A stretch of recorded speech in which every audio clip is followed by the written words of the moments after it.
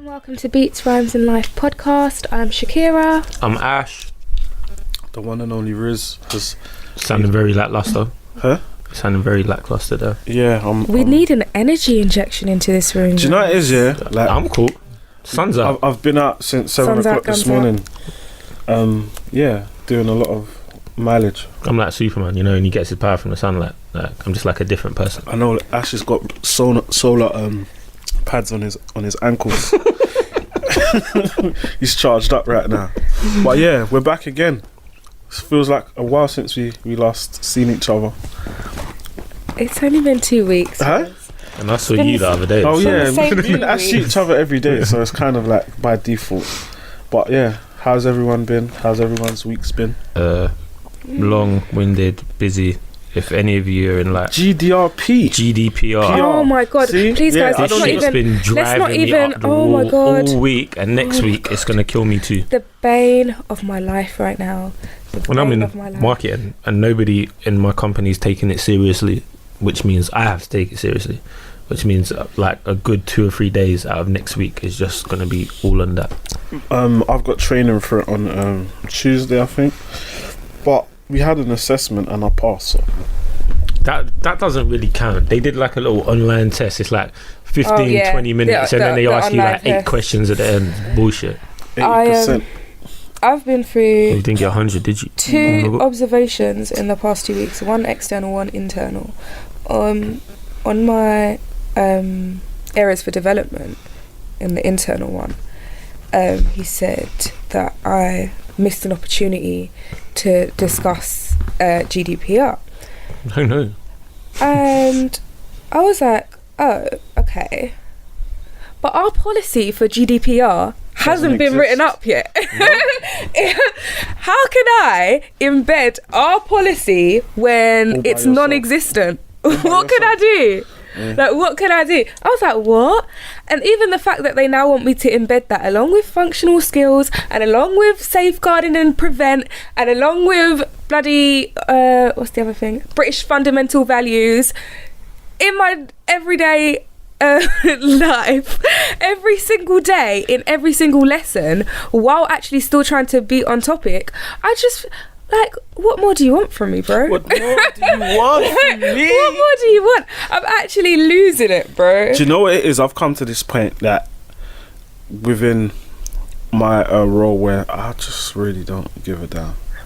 Like, you know what? It's come like it's like going through the motions, because obviously at the moment I'm covering across campus, and we're normally like this time of year, I'm used to having nobody to kind of. Now I've got 3 other people like chipping in with the workload, so I'm good. Like the only thing is politics. It's just it's a lot of politics and a much busier building in terms of people coming and going. But yeah, other than that, my week's been good. Looking forward to the royal wedding this afternoon.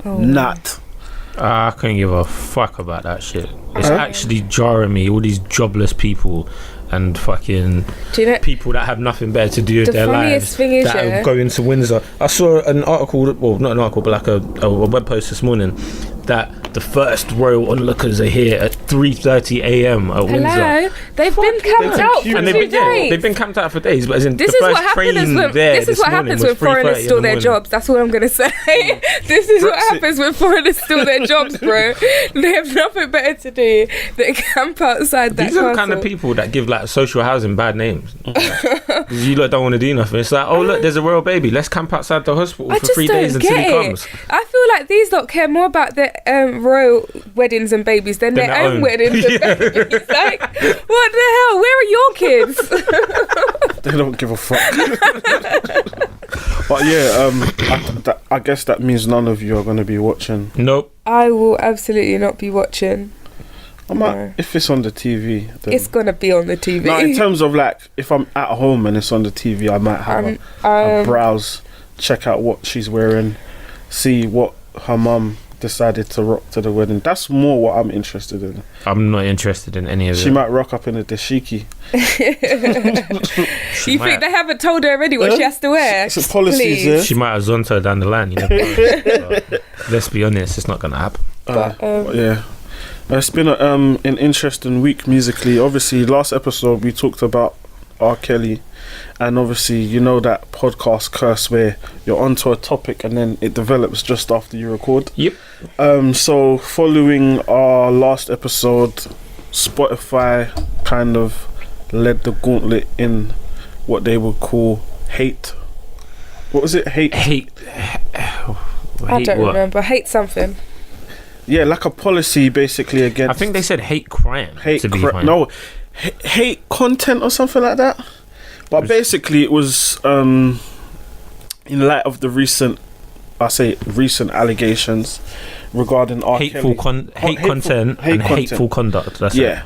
So they removed R. Kelly's music from their playlists. Obviously, not only R. Kelly, also Tentacion. Is that how you say his name? That's how Mo says it. So that's how we're going to say. Tentacaction.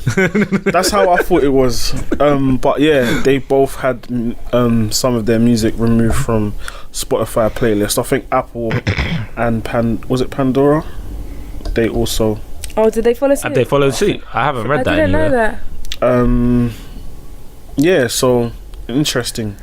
The funniest thing for me about this whole thing is that people keep going, how can they remove R. Kelly from Spotify? How dare they? When if they just open the app and search R. Kelly, they can listen to any tune they want. Like, that was the funniest thing. It was like, do you guys even know what you're angry at at this point? Let's be honest.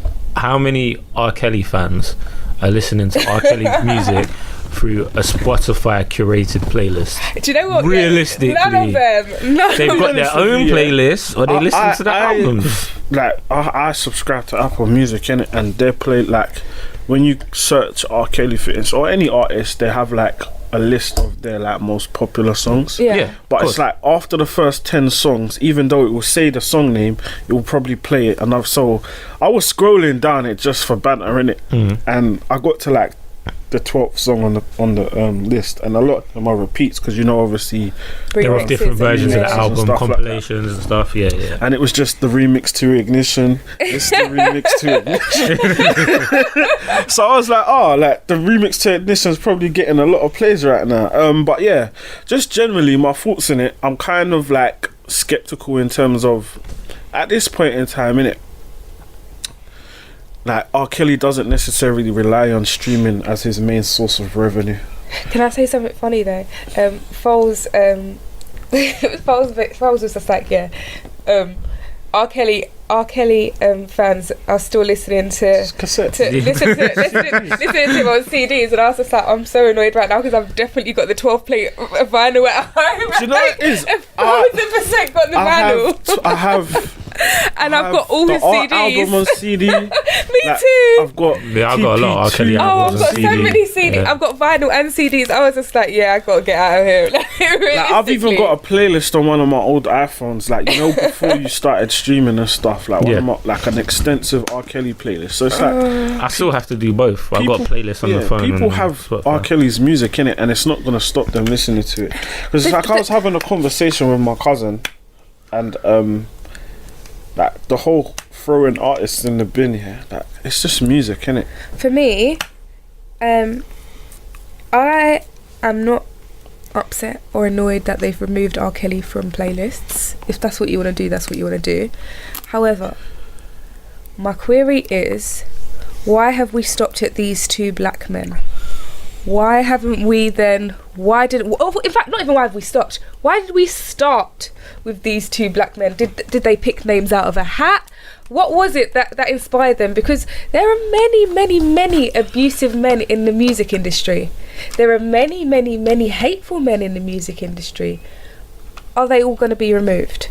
Why hasn't it been done yet?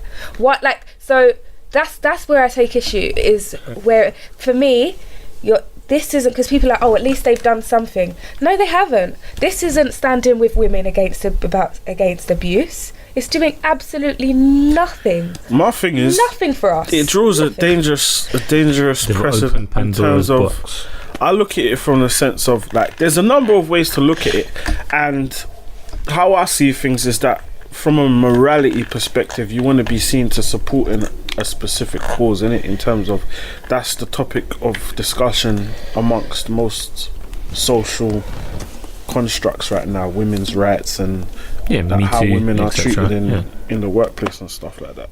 So from that perspective, cool, I understand them wanting to seem to be doing something rather than nothing, because I'm not gonna lie, in my opinion, they've done nothing. In the grand scheme of things, it's nothing. It's like a placebo effect, really. They've made like this big announcement about it, but really taking them off of your playlist isn't doing anything. And people say, Spotify make money off playlists and stuff.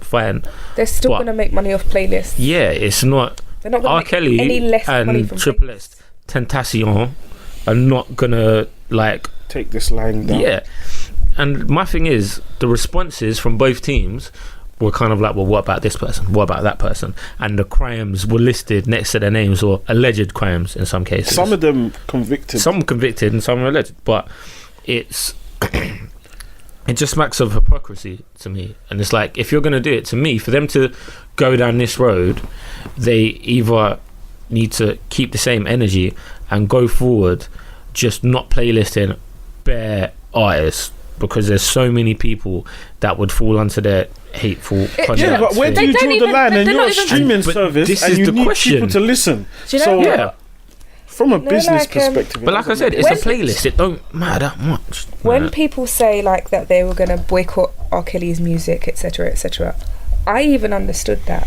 Partly because it seems that in terms of the grooming thing, is that he's coming into their lives in the musical aspect, so he's using his music to draw them in. So in terms of that, with people saying they're going to boycott his music, completely understand it. I get. Whereas sometimes, to me, the lines between the crimes that they've or alleged crimes that they've committed and their music are far apart. With R. Kelly, they're kind of in tandem. Yeah, they're definitely. So I get why people say things like that. Personally, I'm still going to listen to his music, if I'm honest with you. I'm not going to lie. I do enjoy the music. I'm not going to rob myself. But I do understand people taking that stance. I don't understand for Spotify to pick those two artists and then say, this is what we're going to do. Because you're not then going to... You can't physically put it across the board. You can't do it.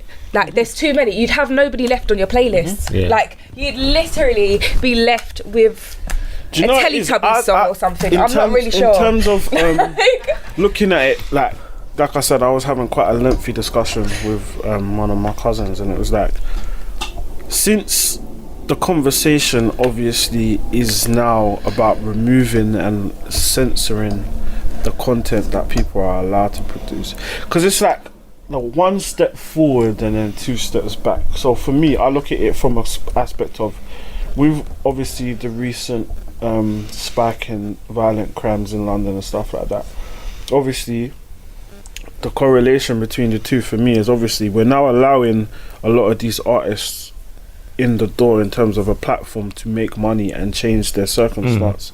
Like, if this snowballs and like any of this type of like movement gets traction, where do we draw the line? Because it's like, alright, for instance, I'm a Jay-Z fan, although Jay-Z's never been convicted of like any real like offences in relation to some of his previous crimes that he, due to American judicial system allowing you to judicial system, sorry. It's been a long morning. But yeah, talk about these crimes openly, and like obviously people relate to his stories and stuff like that. Like, where do you like, how open can you be in your music in terms of, I mean, like saying that you shot your brother and sold crack to your mum, like stuff like that is, when I think back to some of the stuff that Styles P has said, I'm like, there's so many artists that could be considered, that could be considered of putting out hateful content. For me, it's like long term in terms of the effects possibly, if we're going to go down this route, it's like, it's very dangerous, because obviously a lot of these people have now become full-time musicians in a sense, innit? And if you're going to take that same money or potentially affect their revenue streams, Like, it's just, to me, it's just like... Should I tell you what? It's heading towards censorship. Yeah, that's what I don't like. It's only censorship of black people, as far as I'm aware, because grungers have been inciting violence, self-harm, suicide, and all sorts for so many years. And the people who listen to it have been self-harming, committing suicide, and all of those things. And you see these correlations between gang crime and drill, or gang crime and grime, or gang crime and hip-hop. Those correlations have never been made between the depressives who are killing themselves and grunge music. Those correlations never get made. Grunge music and rock music and all of those things, they're never brought up in those discussions. So until we start then saying, actually, it goes across, you can't be, until it goes genres. You can't just use urban music and then censor that. If we're gonna censor, let's censor the fuck out of everybody then. Let's, like, I hate this thing, but keep the same energy, innit? Like, because it's true. Like, for me, it can't just be a black thing. It's got to be across the board, or fuck you, innit? Like, it's the same shit. Moving on to something semi-related to streaming, obviously Tidal have been accused of data breaches that have led to inflated figures. But I don't understand where this came back up from, because this came out ages ago and we discussed it at the time. Yeah, they're clearly inflating their numbers. When they did the math about Kanye and they said his album had been played like 38 million times or some nonsense like that, and it's like, okay, even if that means at the time every single current Tidal subscriber would have had to listen to that album 8 times a day within the 3 weeks of its release, what's the likelihood that every single subscriber was listening to The Life of Pablo 8 times a day? I don't think there was many people listening to The Life of Pablo 8 times a day, let alone every Tidal subscriber. Jay-Z was just playing it over. Had it on loop in the office. Jay-Z was listen, like, there's a lot of that stuff where it's very murky waters, I think, between inflating the numbers and streams, releasing on certain days so you can try and gain the most of the week. I mean, that's standard industry stuff. You want to be able to catch the whole week. That's why people generally don't drop on a Wednesday, for example. But like, I just think that whole area, it's Tidal and that camp that have taken advantage of that stuff, in terms of Hove had 2 platinum albums before they were released because of contract deals, which is great business from him, but from consumer, from a consumer side and a music industry side, it is a bit like, well, it's a bit cheeky, like, and I think it's just all very dodgy until they come up with some defined rules and guidelines into. That's the thing, they haven't caught up yet. Jimmy Iovine was saying ages ago, well, not even ages ago, about a year ago now, that streaming's not there yet. And then obviously he was supposed to leave Apple, but they must have offered him the world for him to stay. But he said it's an imperfect model, because even Spotify are the biggest streaming platform and have been for years. They don't actually make a profit, which is wild. Imagine that. Look at the reach Spotify has and how much they're into. I guess it's the same with Netflix as well. Netflix operates at a loss as well, isn't it?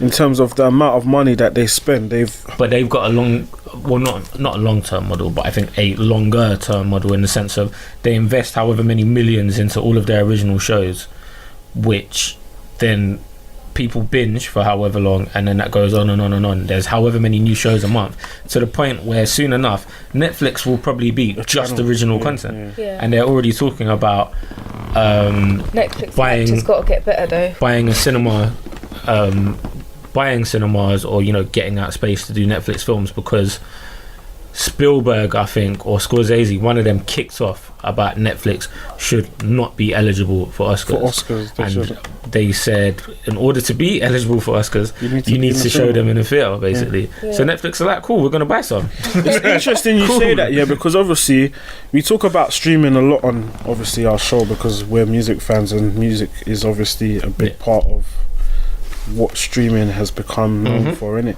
But I just wanted to touch on something outside of music. Obviously, Eddie Hearn is obviously rumoured to be doing a massive streaming deal that will allow him to basically, kind of like what you said in terms of cinema type box office via streaming services for live boxing. a global $1 billion deal. As much as Eddie Hearn is a circus clown, he does his business. I think he secured a major bag right there. In terms of, for me, I've thought about it for ages in terms of like, everyone like has seen obviously through Floyd's like rise, like how many people, even if you're not really like interested in boxing per se, like fights are big events in it. To me, I don't understand how football even hasn't gone down this route as well. Like in terms of like, we look at pay-per-view and streaming and all these types of things. It's like people want to see like main like these types of big events and showpiece events.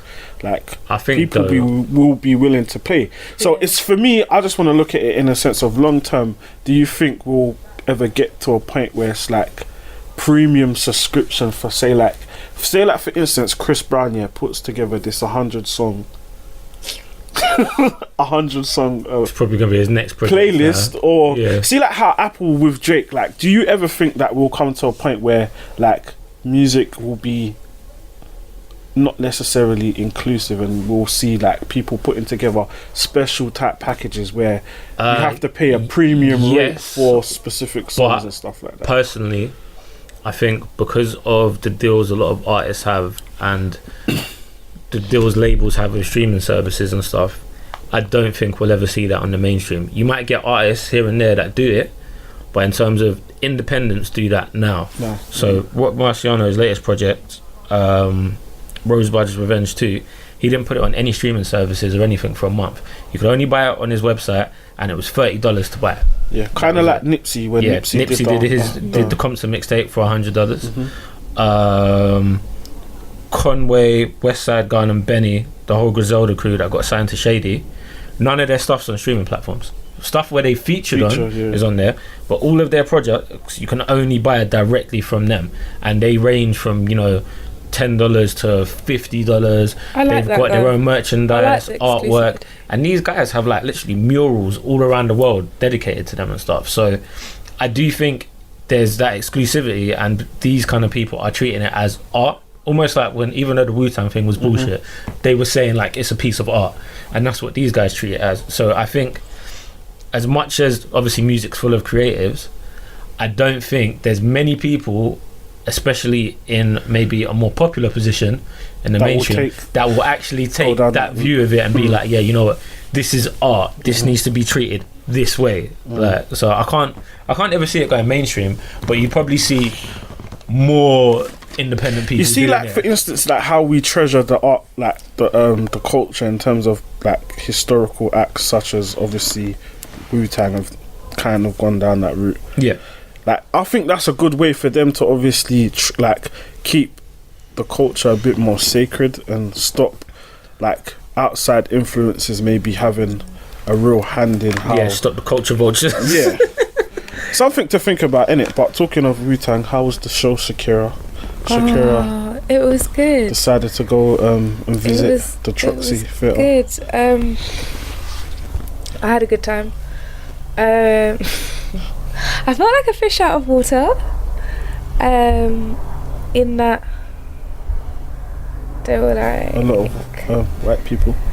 Not just white people. Chinese basically people. There were probably about 25 black people in the whole place. But Wu-Tang has that kind of... It was packed. But it's gig life though. Like if you go to a hip hop gig, that's what it's like. They were like crowding me and like jumping at stuff that I didn't understand why they were jumping. And it was just like, they didn't really know any of the lyrics. They were just like, woo!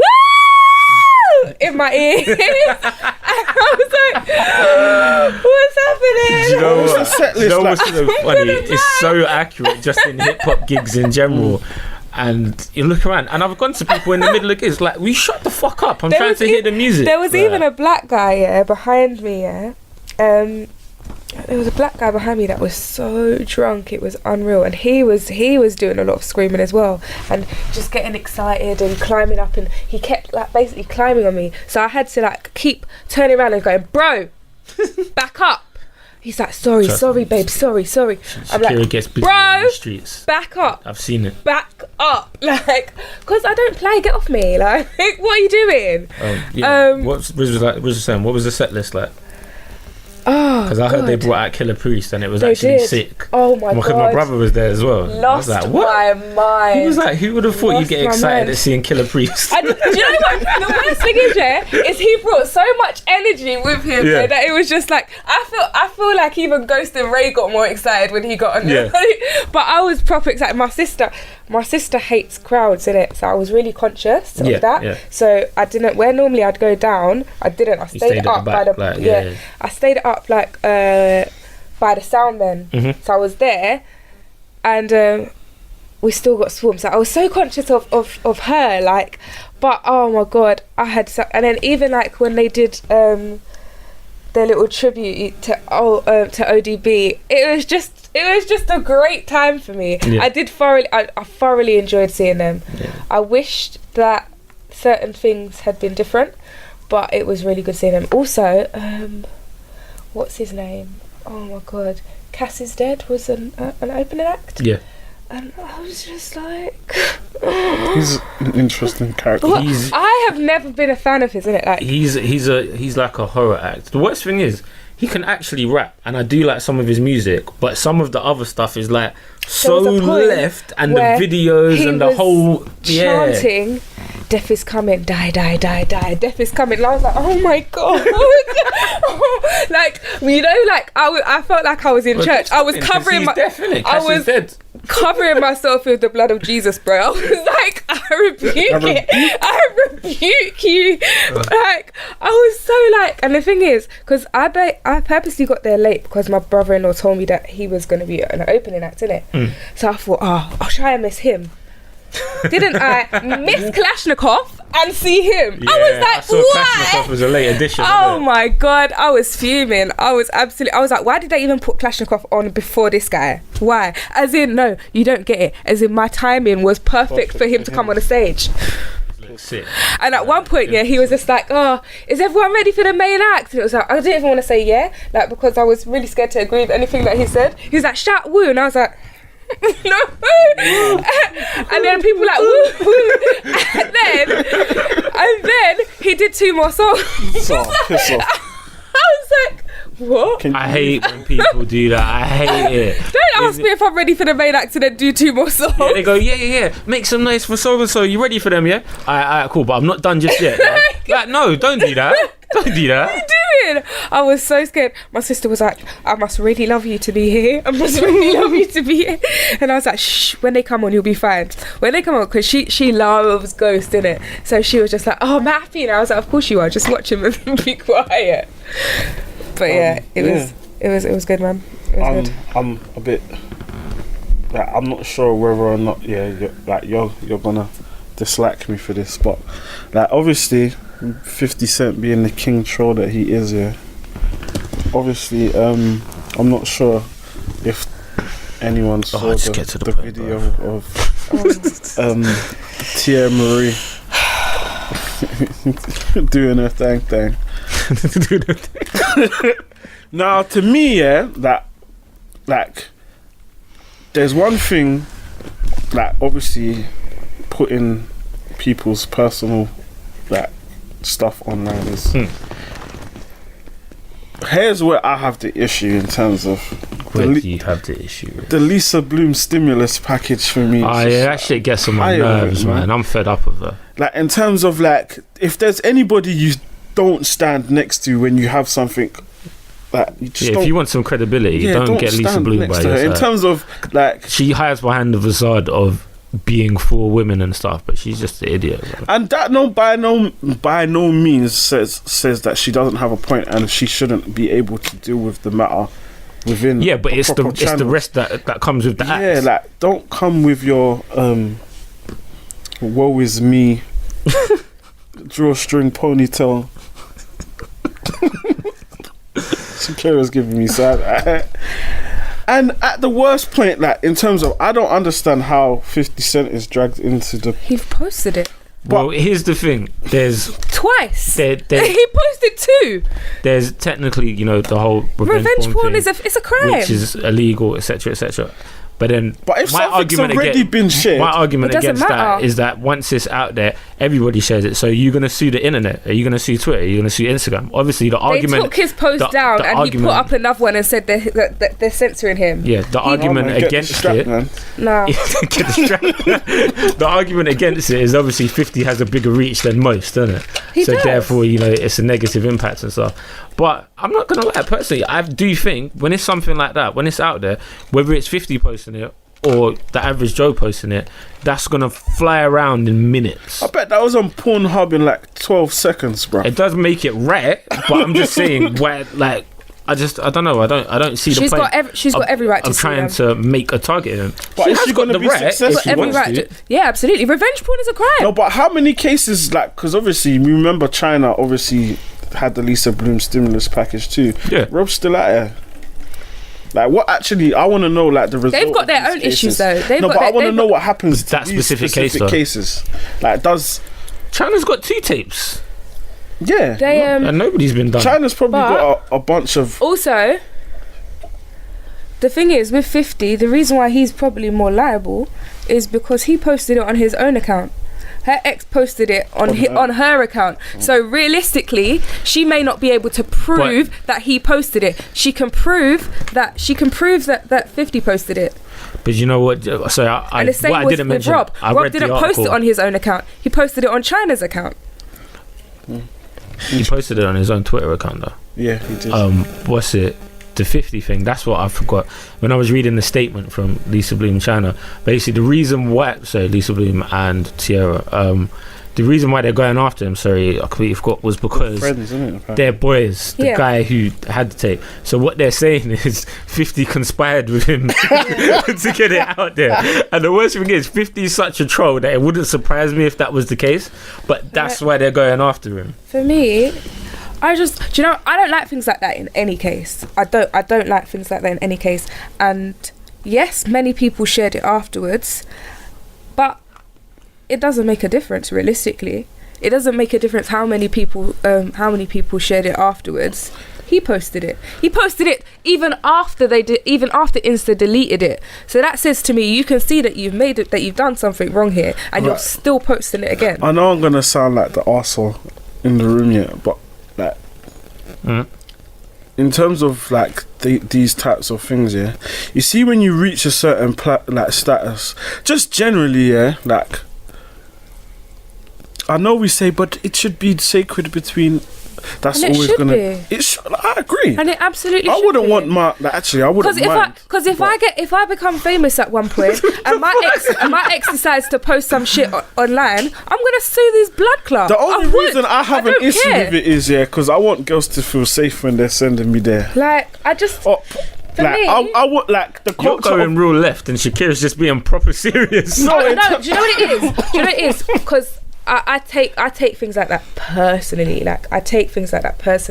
I don't. So, as someone that takes it that personally, my question to you is, knowing, what generally, I'd say 60% of the time happens with sex tapes, with people in the public eye, as a means of precaution, would you just opt out of that type of? I'll be honest with you. If I've got a partner that I'm supposed to trust, no, I wouldn't.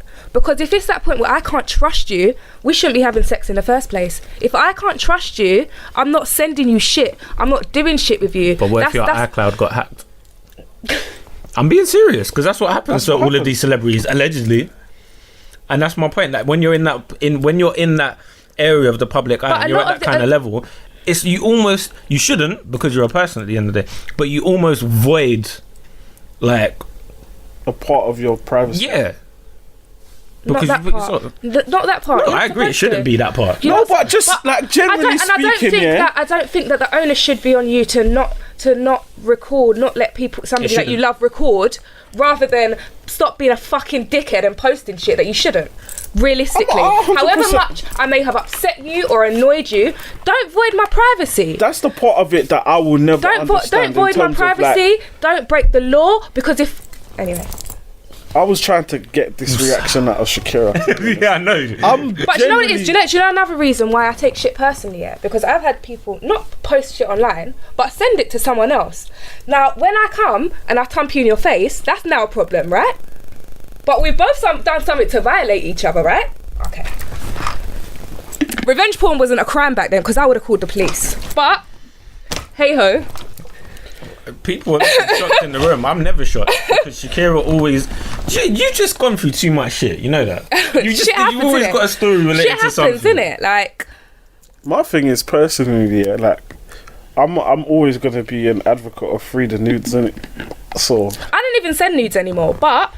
If I am in a loving relationship, which I would have to be to create a sex tape. If I'm in, I'm not talking about anybody else. I'm talking about me.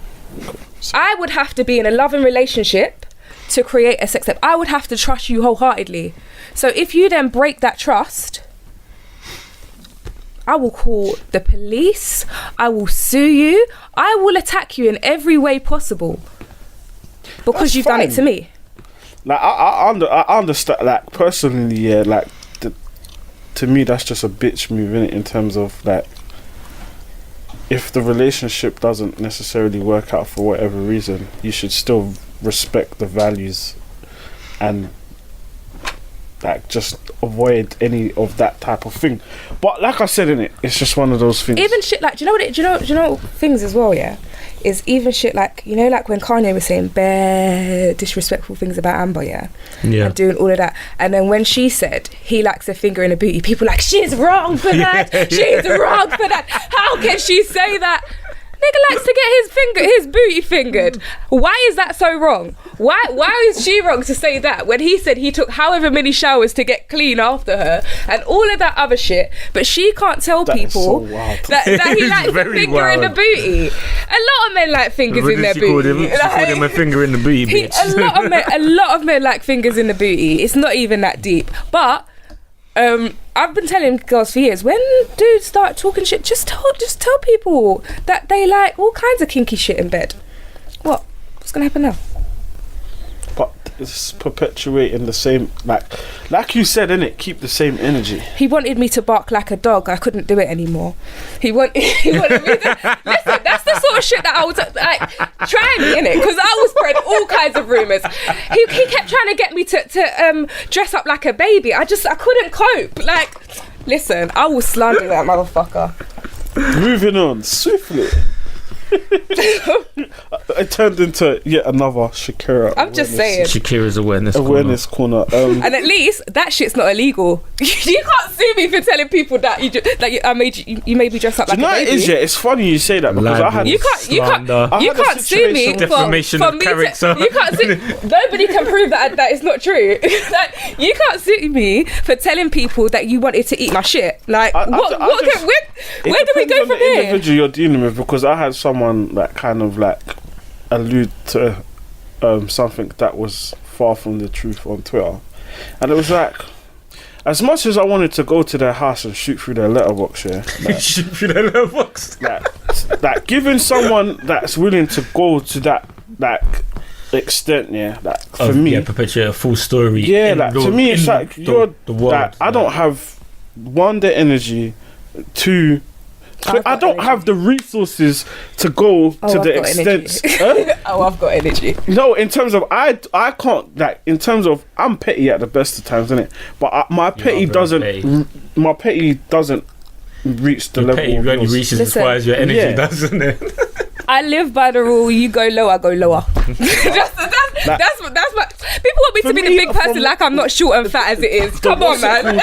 What do you want from me? The place that I grew up in, when you get petty, people die. So for me, it's like there's only so far you can go in terms of before you have to get violent, innit? And for me, like, I'm an all peace loving brother, innit? So it's like, a lot of the times I choose peace 9 times out of 10. You just have to turn. But fuck with me, and I can get real. Turn the other cheek. I tell people I'm a bitch. I am the loveliest person in the world. But fuck with me, and I am the most vindictive, manipulative bitch you'll ever meet. I know we need some gunshots. Like, I will ruin your life from the inside out, and you won't realise until after Shakira made this happen. It's the realest shit, but people have learned. People have like, you don't fuck with me twice. That's the one thing that I know. Yeah. Well, if you didn't know before, now you know. Don't fuck with Shakira. Don't fuck with me, because I can genuinely be a very nasty person. I try not to because karma and energy and stuff, but you know. You have on your. I do. I'm a bit conflicted right now. My opalite, which is the most beautiful stone, but yeah. What does that stone represent? I think we need to turn the corner. It needs charging though, but yeah. Retrospective shots. But no, I'm just saying, like I'm seldom that person now, but it's in me though. It's definitely in me, and I know that. I can't believe you searched for it. Yeah, no, that I'm not gonna lie, that is definitely in me. But I'm a good person these days. Guess what, guys? I listened to lots of new music this week. Did you? So did I. I didn't listen to anything. I asked these lot if I should do homework yet, and they said no. And then I sent something later that day or the next morning. What did you send? Oh, come on, well, man. I'll let Riz speak first because he mentioned it, but I got a couple things to mention. Remember I said I was going to listen to Reid album. I wouldn't really advise it for you. No, generally for you said it. For the general listener, I wasn't going to listen you to might it anyway. find something on there. Like, it's split into 3 parts, isn't it? So you've got the joint part, and then it's like The 2 two separate individual bits. projects. I'm not going to lie, Sway Lee just needs to go solo. Like, in terms of his trajectory is way above the group. Okay. In terms of, not that Slim Jimmy Can I holds be him honest back. with you? You don't care. No, not that I don't care. But I only recently discovered that Reid was more than one person. Okay. Can I give you another amazing fact? Reid is air drummers spelt backwards. Yeah, I know. They put that out there when they first came out, and I was like, "Cool, so edgy." It's so edgy. But that's like, I used to think that Migos was one person, and I thought that 21 Savage was a group. Yeah, have you seen that? All of a sudden, people are having a revelation on Twitter that Migos stands for Amigos. That's where it came. Yeah. How fucking fit can you be to not know that? When I discovered that it was a group, I realised that's what it was. But before that, I thought Migos was one person. If you didn't know it was a group, then I would understand. But if it's a group, it's very obvious. That is, yeah. It's not the most creative of things. Like, it's cool, it makes sense, and it works. But yeah, and I really thought that 21 Savage was like 21 Savages. But it's just one savage. Yeah, I found out about that afterwards. I was like, oh, these things are just so confusing. But yeah, Shrem Life, or whatever it's called, Shrem Life 3, it's not really got that much amazing content on there. What does have amazing content, however, is Post Malone's album. I didn't listen to that either. Beer Pongs and Bentleys. In terms of, he never grabs me. If you like that type of and he melody, just looks dirty. I'm not gonna lie, yeah. I know this is gonna sound that's mad, what everybody at the Ghost of Ray concert looked like. I woke up, I listened to Post Malone's album, and somehow he just magically appeared in my dream, and I was cussing him because he had chipped nail polish. Oh wow! Which is one of my pet peeves. So I was like, "Why the fuck?" My brother-in-law. Yeah. So that's the bit that concerns you. Like, that Post Malone was in your dream. Is that he was in your dream and he had chipped nail polish? The album in it, so it's like it's not. I can't believe Post Malone. He's Post Malone in my room. Oh my god! Look at his chipped nail polish. I've got your poster on my wall. No, definitely.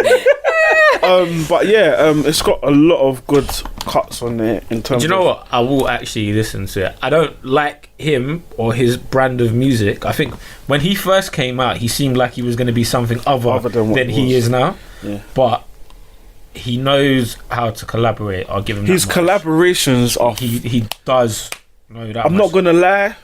The collabs on there are very, very, very fiery. You know, even Rockstar was actually written by Joey Badass and T-Pain.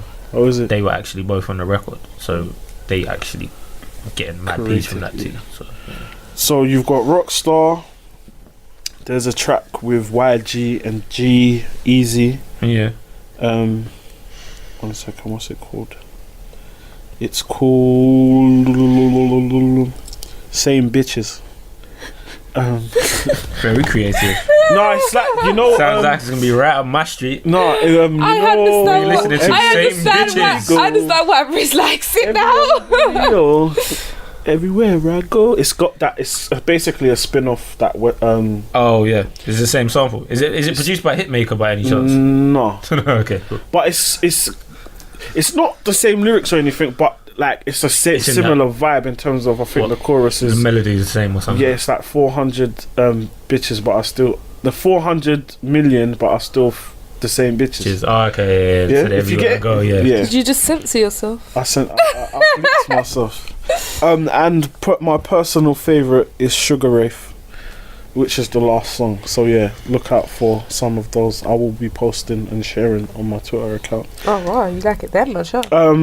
Yeah, I didn't post it, and that's why I gathered there was something. There's quite a few actually. I listened to Youngboy Never Go Broke Again. His album, Until Death Calls My Name. For me, yeah, what I wanted to obviously it should have been called already. But no. I wanted to have a discussion after this about southern hip hop, but I just wanted to touch on some of the standout tracks. There's We Poppin' with Birdman, and the intro Overdose as well is a decent cut. I listened to Playboy Cardi's album as well. Oh, wow. Not for me. I also listened to Kevin Gates has got an EP out. I started listening to that, but I didn't continue. It's only 4 tracks. Really like revving up my interest here. No, I wanted to focus on this current. So they're not mumble rappers though. None of these guys mumble. No. I wouldn't expect you to know, but no, I've heard all of them. Grizzly. There's a few of them that I haven't heard that hard. Playboy person.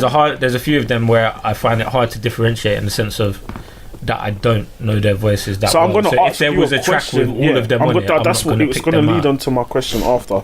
So T Grizzly also has activated. He's got 2 Chris Brown songs. He's got a couple of bangers to be. He's got a song with Jeezy on there as well. Yeah. And finally YNF Lucci, who for me out of all of these, so Post Malone, T Grizzly, they're all kind of melody based rappers. Yeah. But for me, he's the one that I kind of put my finger on and say he's got something, I wouldn't say special, but it's distinctive what he does. And in terms of, even if you look at the Jim Jones feature, he does that. He does that. He does that chorus. He can do the chorus, and he's not that bad, like when it comes to his actual rap. So my question to you guys before Ash gets his projects that he recommends off: should we, as obviously older people that now listen, should we give them a little bit more like room? Because I'll look at it in what sense? As if all right, to be on their neck so 15 much. years ago, yeah, Lil Wayne, T.I., they was all that similar. I wouldn't say Jeezy as much, but I'm gonna focus on Lil Wayne and T.I. They were nowhere near the artists that they turned out to be in it. So we're looking at them now as polished rappers and have had the time, and we've given them the time to improve. Did we give them the time though, or did we? I think I want to finish this point because I've got a rebuttal to this. So Lil Wayne, when we first heard Lil Wayne, was nowhere near the Carter Lil Wayne that everybody clamoured to and grew to love. Similarly with T.I., although I think T.I. was probably had less improvement in terms of T.I. wasn't that far off from where he eventually he just is needed now. to clean it up a bit. He was still a reasonably should good we rapper. allow these artists, like we talk about there being no artist development now, like these artists are literally coming from their bedrooms or their local studio and being presented to the world. Should we give them time to grow and time to hone their craft before we judge them and say, they're trash? When you say give them time to grow, does that mean we just don't speak about them at all. Because we can't lie and say we like them. So do we just not? But do a we lot just of think people do like them, though. You know, I said we can't. We Okay. can't lie and say we like them. So do we just like act like they don't exist? Is that how we give them room to grow? I can't give you an answer to that part of the question, but in terms of should we, because I look at the age that, generally speaking, rappers don't peak until 27, 28, heading hard for 30. Can we agree on that? Like, in terms of, if you look at historically, more often than not, they don't. Yeah, so a lot of these guys not always are the case, but a lot of these guys are 18 to 21. So it's like we're judging them as like a finished article when they are nowhere near that. But what can we judge other than what they put out? I don't get it. What do you want us to judge them by? I'm having a discussion with two people who are not tuned in it, so it's going to be difficult for me to get. I'm just wondering. Not even the type of answer. I've got an answer for you. Go on. I've just been waiting to. Am I allowed now? Yeah, go on, go for it. Shoot. Your comparison was to Lil Wayne and T.I. back then, when they weren't necessarily the caliber we know them for now, like in terms of rapping.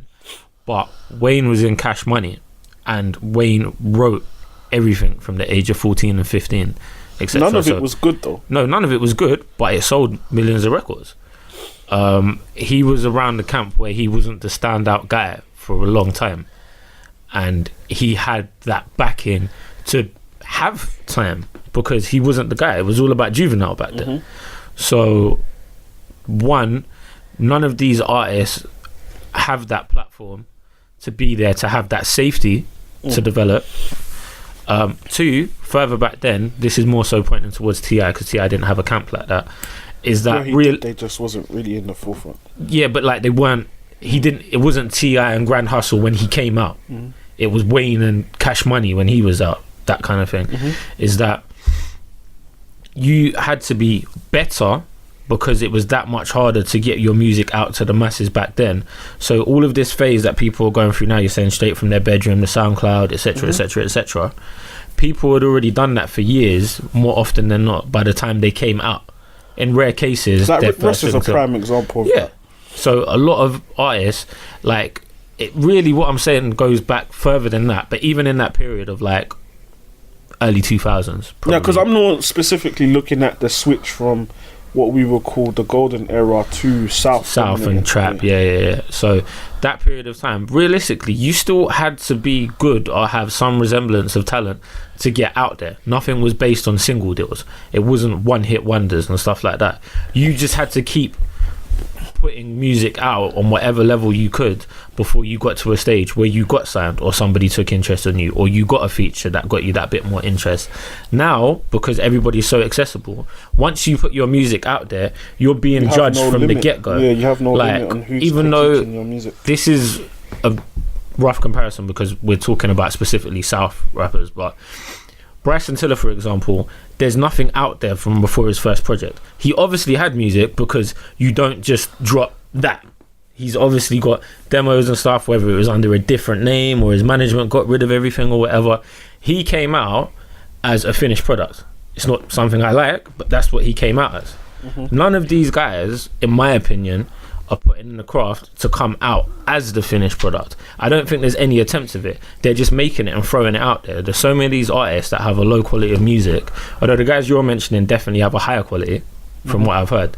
Even though it's not up my street, they're not putting out poor quality music. But I think it's very, very different in terms of now, because anybody can do it. You don't, like, if you're going to develop, you need to develop with you and your team around you. And us necessarily the old heads in this scenario, I don't think it's anything about us letting them grow. If we like it, we like it. If we don't like it, we don't like it, until they get to a point where we do. I don't think, like, as much as I might say however many artists are trash or whatever, if they make something I like, I'll happily give it all the credit in the world. But until that point, until that point, I'm not going to do it. I'm not necessarily going to preach about how shit they are all the time, because there's more than enough good music for me to talk about in the meantime. But for me, I think as well is that it's a lane that doesn't interest me. So when I talk about not liking them, it doesn't mean that they're not good at what they do and appeal to the people who do like them. And maybe their growth doesn't include growing to a point where I would ever appreciate their music. Maybe they're not meant for me. Same way that grunge artists aren't meant for me. I'm still going to call their music trash because I don't like it. Do you get what I mean? But they can grow in whatever way that they need to grow and become the artists that they're supposed to be if they want to, because at the moment it just looks like they're just having fun. And why not let them have fun? It's just not for me. I guess part of me is kind of in a sense where I am so open in terms of the variety of music that I listen to. Like, I do try and kind of keep, like, not necessarily always looking in the eye at who's next or whatever. It's just that I now have like people around me who have been listening to hip hop for the best part of 20 years, and it's like they're never gonna understand what the current crop of artists are about or relate to them in any way. As someone who genuinely, like, I feel hip hop is a very important part of me, innit, and it's in a sense kind of shaped my childhood and of course predominantly a part of my adulthood as well. It's like, when's the right time to let go? What, of hip hop? In terms of, like, you know, like, now my heart just dropped when you said that. What are you talking about? That's how in terms of, that's, you see, when you see you guys, you like what you like and you only listen to what you like. That's fine, and I'm not, like, it's not necessarily a bad thing, like, in terms of who has time to listen to a bunch of artists that you don't particularly fuck with. But for me, that's how I built my relationship with hip hop, and in terms of I was always listening to new acts, always trying to find someone that wasn't necessarily the guy that I liked. So it's like, should I just let go? That's the kind of, like, no, you shouldn't. Music's subjective. Never let go. What the hell? It feels like, in a sense, it's coming to that point where it's like, either I draw the line and what I like is what I like, or I continue to listen to a bunch of artists who may not be for me, some may be for me, or one I might like out of the 20 rappers that I listen to. Do I still give it the amount of time that I have done? That's completely down to you. It's just your approach towards music. I've spent years, literally in hours, finding new music and discovering new people, and maybe flicking through 95 tracks that I don't like to find 5 tracks that I do like at a time, for example. It's just, this brand of music isn't for me, so it's not to say I won't, but it means it's going to be very low down my list of priorities of music to check. So I don't think there's ever a point where you just say, oh well, this is it, this is all I like, I'm only going to listen to it, because there's always new artists that you're going to like gems, and new music that you are going to like. So no, because it's just, I wanted to ask that question because it's the first time in a while that I've literally, like, sat with a bunch of new projects and listened to them consecutively. And it's like, that's a whole day's worth of listening to music, if you know what I mean. Like, is it time to just, you know, nah, but you do. But your passion for music is too much. Do you enjoy it? Then don't stop. Do what you enjoy. Like, for me, I think I try when I hear about a new artist or whatever. I'll try. I'll give it a listen. Depending on how bored I am during listening will dictate how deep into their discography that I get. Sometimes it means that I'm 3 tracks in and I'm like, oh, and then I'll skip to track 7, which isn't something that I generally do, but it's like I'm thinking, all right, let me get to the good part, and then when I can't find it, I just think, no, maybe that's not for me, and then I might not be inclined to listen to that artist again until I hear something randomly that I think, oh, that's all right. Like when everybody was bigging up Cardi B and they loved Bodak Yellow and stuff, I was thinking, what the fuck is everybody talking about? Like, can they hear what's happening here? Like, I didn't hear Bodak Yellow for a good 3 months. I was like, after it came out, what the hell? And everybody knew the words, and I was just thinking, this is crazy, because this is really not what I would call good. But everybody loved it. And a couple of other tunes that I heard of hers, and I was like, no. And then I heard Be Careful, and it's got its flaws, but I thought, I can take this. Like, I like that. Like, I listened to that on purpose. Like, not accidentally. Oh shit, shuffle went there. Like, Spotify recommends. I listened to that on purpose. So it's a thing where, and the thing is, everyone will know, like, I was the biggest, like, thing of, okay, yes, let's give Cardi her props for her character growth and development and whatnot, but let's not pretend that she's rapping at a good level. But when I heard that, I was like, you know what? It's cool. I like that. So it's not that I've closed off to the new artist. It's just that I don't like what I hear, so I stop listening.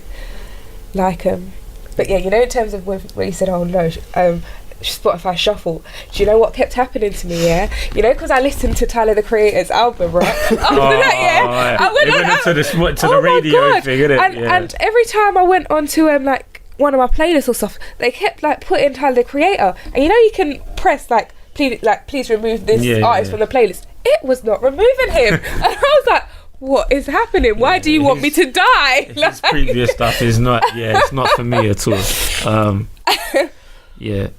Projects wise, there's a couple things that came out.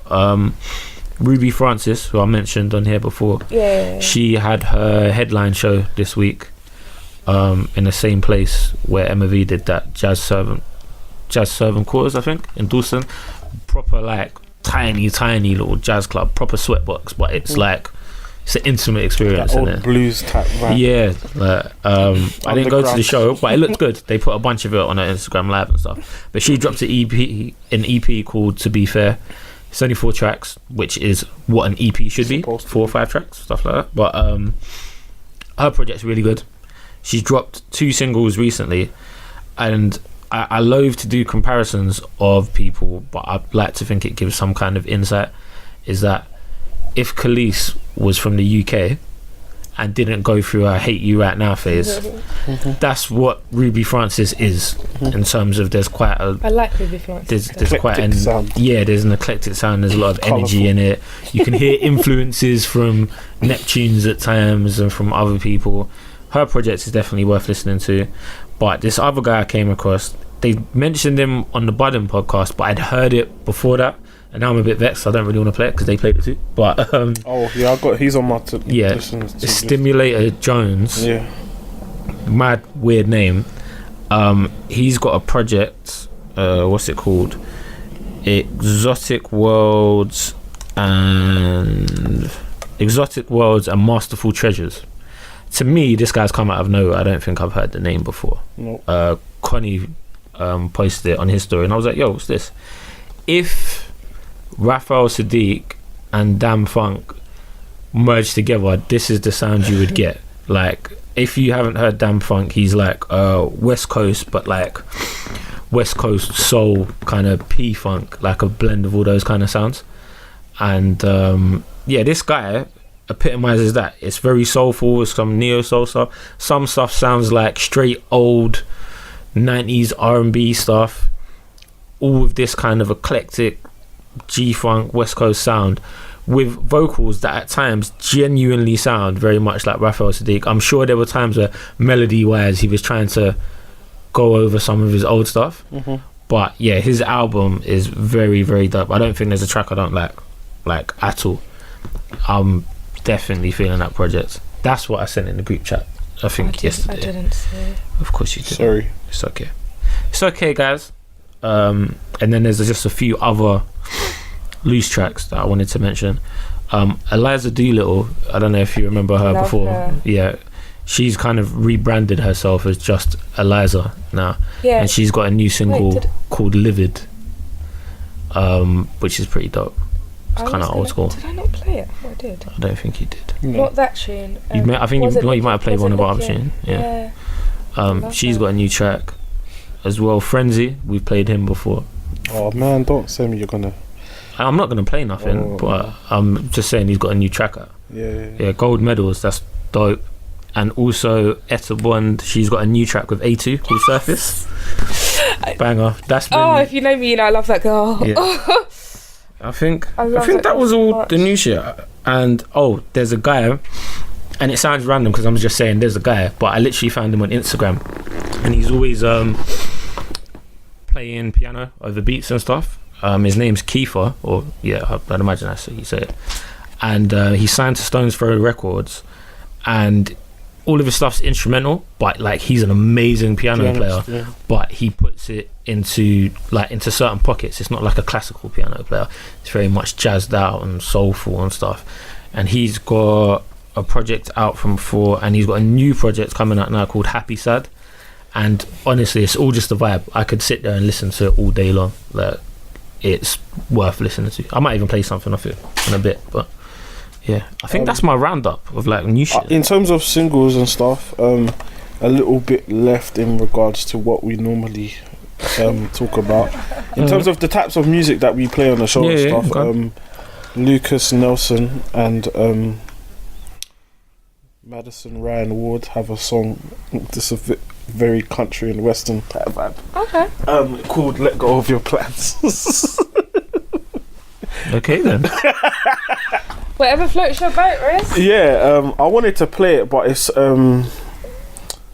they're signed to he's signed to Fantasy Records, which is a subdivision at the Universal building. Yeah, we don't want no smoke with Universal. None whatsoever. I think I'll leave that for just I'll post the link on my Twitter as well. I wanted to kind of touch on before we wrap up and play the breaks. Steph has had another one of her infamous outbursts. Yeah, I saw her chatting shit about something. I believe it pertains to. Wasn't it that she got taken off? Verse was that was it. Off. What song was it taken off of? Though? It's rumored to have been the Rita Ora single "Girls" that recently. Oh yeah, the one that everyone kicked off about and made her apologise for about being bisexual. Yeah. Is it time to just move on from Steph? Do you know what? Again, another artist I'm not particularly invested in. I'm not particularly invested in. I'm not particularly a huge fan. However, Hurting Me was huge. So I feel like if you're making that much of an impact, you need to like keep pushing. But obviously, her PR team have no control over her, and she doesn't give a fuck because this is the second time now she's kicked off about something. I feel like as much as she's got herself in a good position because she's had a hit single, and I think had maybe one or two other remixes or had a couple verses here and there, that this is gonna sound harsh, but it's like you're not that person yet. Like, who are you to be kicking off about your verse getting taken off of a track? Like, niggas get taken off of songs every day, B. You know what I mean? Like, it happens to everyone. Cam did it to Hove did it to Cam. Jimmy got taken off a lot of shit. Jules got taken off of shit. So many artists. Like, I just feel like, what's the point of airing it out? As much as I'm here for the tea more often than not, it's just like, so what? Like, you're not in the best of light right now, and then you're gonna further perpetuate that image by just kicking off. Like, don't know. I just feel like sometimes things maybe don't need to be addressed in a certain manner. Like, for me, obviously, coming from the position that I do, I'm not gonna comment too much in regards to, like, obviously knowing certain things that I do know. Obviously, I'm not gonna share them on the podcast and stuff. But in general, like, for me, it's just, again, that the direction that she seems to be going in. Like, I think it's going to come to a point where she kind of semi-alienates herself here. Yeah. And will predominantly be, like, over there in the States. Because it's like 100%. A lot of the people, like, what she would call her core fan base here. Yeah. Like, she's not really doing catering much to them. To cater to them. And obviously the music that she makes does have that type of mainstream crossover type appeal. Definitely. Where you can see that she has that ability to, you know, make a very radio friendly type of music. Yep. So I feel it's only going to be a matter of time before someone just says, you know what, let's just base her in somewhere in Calabasas or LA. Calabasas, that's the place, isn't it? And like not necessarily focus on the UK, which would be a shame because she kind of has done a lot in terms of not just for the female artists here in terms of kicking down a few doors, but just generally in terms of even with the whole boohoo thing, like that's a big deal, isn't it? Whether or not you like her or what she has to say, like having your own, as much as we killed Tiger for it, like having your own line. So French is on there as well, bro. Yeah, French has got a boohoo line too. But yeah, it's a big, like, while you're here, maximize your earnings as much as you can, innit? Mm-hmm. So I feel it's just a shame that, but I can only see it going down that route, to be honest. Yeah, I'm inclined to agree with you. We was just talking about Steph London. Yeah, and her recent outburst, but yeah. What was her recent outburst? She kind of kicked up a stink about being taken off of a song. Oh yeah, I saw that. Yeah. But there was something I wanted to mention because I just found it so funny. T.I. got arrested the other day for being drunk and disorderly, and there's a video on TMZ of him. How did TMZ get their hands on these? Because people want to sell the shit, innit? Of him in police custody, going, "Sir, I'm respectfully asking you a question." I'm not gonna lie, I think T.I. is the most well-spoken, like, hood nigga in the history of. I think T.I. is about to articulate himself on his treatment by the police to the nth degree right now. He is so he's gonna funny. take it to the next level. He's gonna drop you so don't many understand a word that multiple T.I. syllable says, words. Like, or he is the most eloquent dude. And it's just like, where did this come from? A man of my vernacular. I love him. I'm waiting for his rant that's going to address everything, and he's going to be like, it's us or else. I just find T.I. hilarious. T.I. is a very, very, very interesting chap, to say the least. Do we have anything else before we do the breaks? I think we pretty much loosely covered everything that we wanted to. Shouts to DMD podcast as well. I did send a very lengthy email to their he's snitching on himself. Their website. No, to be honest with you, I'm here for good debate and good discussion, innit? Smokes briefly addressed it, so shouts to them, man. He didn't actually address it, but he just said in regards to, like, my email was in regards to, I'm here for people having an opinion, but like have an opinion based on something. So for me, it was like they stated a lot of things that were unfactual on the actual episode, and to base that premise, to use that as the basis of your reason as to why you believe in Kanye, is a bit. Yeah. I've had enough conversations about Kanye. Too much. Two things off the back of that. Scribs. That's what I was about to say. That's what the Smokes are saying. Yeah, we should do an episode, because I was saying Scribs and Shakira. If you don't agree with someone's opinion, watch how these two debate on Twitter. That's how you do it without mugging someone off or without threats of violence, etc, etc, etc. I think you're both hilarious. The thing is, Scribs, because of how we reason in general, Scribs intentionally comes and poses in this position, to disagree with me. Yeah. Like there was he likes being devil's advocate. Yeah. And the other day, somebody else was involved in the conversation, and she was just like, well, why did you take it to here and this, that, the other, Yeah. And she was just like, you didn't need to do that. He's just like, I'm not being funny, but me and Shaq's like, we do this. We do this. Like, this thing. if you don't want to be a part of it, that's okay. But like, this is just what me and Shaq's do. And I'm like, Scribs, please just have a good day, yeah. Like, just stop. Like, other people, they being involved, I think we must do their heads in. I'm sure that people have muted us at this point, because it's like every other day there's some funny long ass debate. There's times that I'm like, are you guys seriously still going? I saw the first point of this conversation like hours ago, and now I'm on lunch and I'm seeing it again.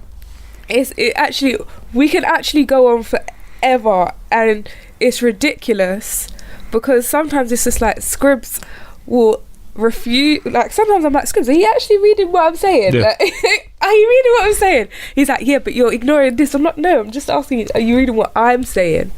But yeah, big up Scribs. That's my G. Even though I told him to stop ruining my reputation. Like, listen, like people, when people were going at him because he tweeted that some black women are miserable. Oh yeah, and people were going. And people going at. I was like, of all his tweet shares, this is the one you want to pick. Like, this one, like he even said some. Like, if he thinks some black women are miserable, how do you know that they're not? Like. Yeah. And then people were like, "Oh, well, and then people were indirecting me, and I was like, "Allow it, man. I'm not even Scribs. I don't even like Scribs. Like, what are you talking about? What?" But no, big up Scribs. Oh, guys, the next episode will be the day after my games night. So hopefully we should all still be very drunk. Was that strategically planned? Yeah. No, but do you know what? Yeah. So the other day I was checking the dates of our podcast because next Saturday I'll be at a spa. Yeah. So I had to quickly check. Like, wait. Let me check my dates. Yeah. Because I know you lot would murder me if really Shaq, really missing it. But I was just like, oh no. And I was like, oh wait, look what it is though. So yeah, our next episode, I'm just gonna pre-warn you guys. It's gonna be messy. I definitely will still be drunk. Hopefully these lot still will be too. Can you give us just a brief rundown, because it's a loosely titled games night. Yeah, it is. But I don't know what to expect. What kind of games? I've got games, isn't it? PS4. There'll be drinking games. There'll be drinking games, and then there are musical themed games. Okay. Yeah. So the night will be broken up. Listen, there's a lot of planning has gone into this. Yeah. A lot of planning has gone into this. Finish these lyrics. Yeah. So there are music themed games which will probably be like more group orientated, because obviously not everybody knows each other. So which is why I said be prepared to be sociable, guys, because I'll put on my sociable hat. But so there'll be drinking games. Aim to get you very, very, very tipsy. Loose. And just have a laugh. I'll tell you one of the games that we'll play. One of the games that we play will be Taboo. That's not a drinking game. There'll be some non-drinking games as well. Safe for the cover still. But so it should be interesting. To say the least. But there'll be food so that you guys can line your stomachs a little bit. Out drunk on your floor. Yeah, because that would be good. And we actually make it to the podcast in the morning. See, like an Insta live on the podcast Insta, like, you know why? Guys, we're all still drunk. Nobody's left your kids yet. Mad. Even like the other day, my sister was just like, "This is a lot of games you've got in there." I was like, "Yeah, no." Like, we might not make it through. We might not. We might have to cut a couple. If anything, we'll cut a couple of the drinking games. Yeah. Alright, cool. At the breaks, because some of the other songs I mentioned were going to be played, have been played elsewhere, and I know Riz wants to play one as well. I've changed my pick. This is Reid, who had an album called Tree come out earlier this year, and it's like, if I remember correctly, I think he's the producer and he's just hooked up with how many different artists for this project. This track is called Xxl, and it's with another UK artist called Fatima. She's got a few singles floating around and stuff, and she's pretty good. But this album has a few tracks worth checking.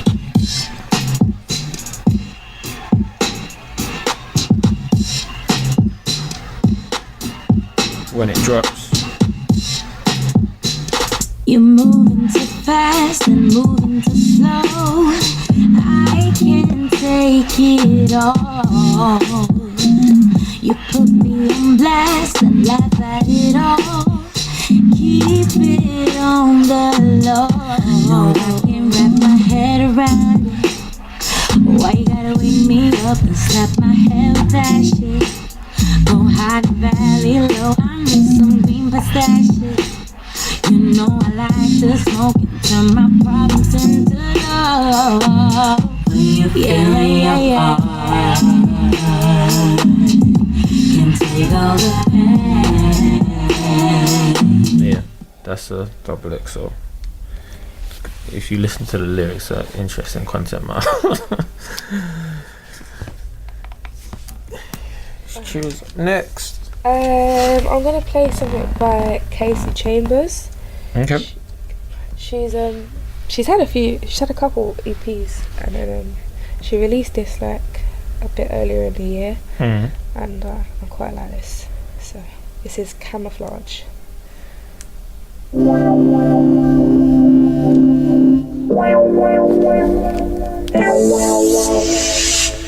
I said, why just do it? You said, gonna do it. Broken promises left at my door. Constantly telling me you're unsure. Can't lie, it's getting draining. Left at your mercy again. Should be here embracing me, but you're slowly breaking me. Did you move your camouflage? Your hands are nothing hard. I want to do it to myself. I think it's time I let you go. Did you move your camouflage? It's up my street. I'm gonna play something that Ash mentioned earlier. By Frenzy, Gold Medals, Vibes, Summertime. Yeah, definite summer jam. So yeah. Let me pull it up a little piece.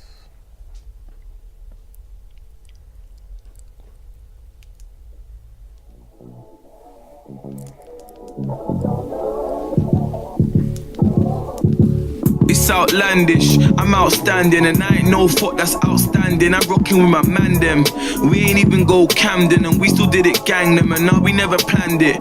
Frenzy aging like wine, Frenzy ahead of his time. Frenzy never decline, like I never walk alone, so they calling me Klein. Need some clientele, tell Chantel that I ain't tell. Baby cousin, he alright in jail. He be coming out the other side, and they be fine as well. Inshallah. Corn flying hair, that trying, a born trying hair. Sitting comfy like I was in IKEA. Skeletons in my closet, I shut the door. Hit him up when I'm bothered cause I'm Shakur.